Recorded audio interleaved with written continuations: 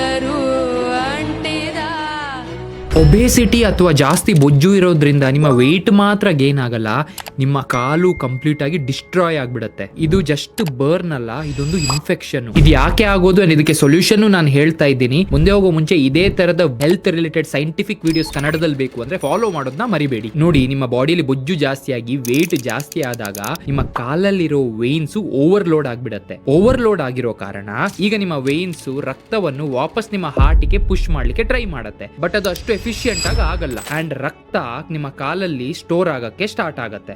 ಆಗ್ಲೇ swelling, redness, skin cracking, dark thick scaly patches ಬರಕ್ start ಆಗುತ್ತೆ. ಅಂಡ್ ನೀವು ಇದನ್ನ ಇಗ್ನೋರ್ ಮಾಡಿದ್ರೆ ಇದು ನಿಮ್ಮ ಕಾಲಲ್ಲಿ ಒಂದು ಪೇನ್ಫುಲ್ ಅಲ್ಸರ್ ಆಗಿ ಕನ್ವರ್ಟ್ ಆಗ್ಬೋದು. ಅಕಸ್ಮಾತ್ ನಿಮ್ಮ ಕಾಲು ಹೆವಿ ಫೀಲ್ ಆಗ್ತಾ ಉಂಟು, ಟೈಟ್ ಅಥವಾ ಇಚ್ಚಿ ಫೀಲ್ ಆಗ್ತಾ ಉಂಟು, ಅಥವಾ ಡೀಪ್ ಮಾರ್ಕ್ಸ್ ಬರ್ತಾ ಇದೆ ನೀವು ಸಾಕ್ಸ್ ಹಾಕಿ ತೆಗ್ದಾದ್ಮೇಲೆ, ಅಂದ್ರೆ ಇದು ನಿಮ್ಮ ವಾರ್ನಿಂಗ್ ಸೈನ್. ಇಗ್ನೋರ್ ಮಾಡಬೇಡಿ. ಇದನ್ನ ರಿವರ್ಸ್ ಮಾಡ್ಲಿಕ್ಕೆ 100% ಸಾಧ್ಯ ಇದೆ ನ್ಯಾಚುರಲಿ. ಫಸ್ಟ್ ಥಿಂಗ್, ನಿಮ್ಮ ಓವರ್ ಆಲ್ ಬಾಡಿ ವೇಟ್ ಅನ್ನು 10 to 15% ನೀವು ಕಮ್ಮಿ ಮಾಡಬೇಕು. ಇದರಿಂದ ನಿಮ್ಮ ಕಾಲಲ್ಲಿ ಸ್ವೆಲ್ಲಿಂಗ್ ಕಮ್ಮಿ ಆಗುತ್ತೆ. ಎರಡನೇದು, ಕಾಫ್ ಮಸಲ್ಸ್ ಅನ್ನು ಟ್ರೈನ್ ಮಾಡಿ ಯಾವ ತರ ವರ್ಕೌಟ್ ಮಾಡೋದು ಅಂತ ನಾನು ಕ್ಯಾಪ್ಷನ್ ಅಲ್ಲಿ ಕೊಟ್ಟಿದ್ದೀನಿ. ಮೂರನೇದು, ಒಂದು ಒಳ್ಳೆ ಕಂಪ್ರೆಷನ್ ಸ್ಟಾಕಿಂಗ್ಸ್ ನ ಯೂಸ್ ಮಾಡಿ. ವಿಡಿಯೋ ಇನ್ಫಾರ್ಮೇಟಿವ್ ಆಗಿದ್ರೆ ಲೈಕ್ ಮಾಡಿಬಿಟ್ಟು, ಅಂಡ್ ಸ್ನೇಹಿತರೆ ನಿಮ್ಗೂ ಇದೇ ಇಶ್ಯೂ ಇದೆ, ಬಾಡಿ ವೇಟ್ ಕಮ್ಮಿ ಮಾಡಕ್ಕೆ ಪ್ರೊಫೆಷನಲ್ ಹೆಲ್ಪ್ ಬೇಕು ಅಂದ್ರೆ ಲಿಂಕ್ ಬಯೋ ಅಲ್ಲಿ ಇದೆ, ಫಿಲ್ ಮಾಡಿ ಕಳಿಸಿ.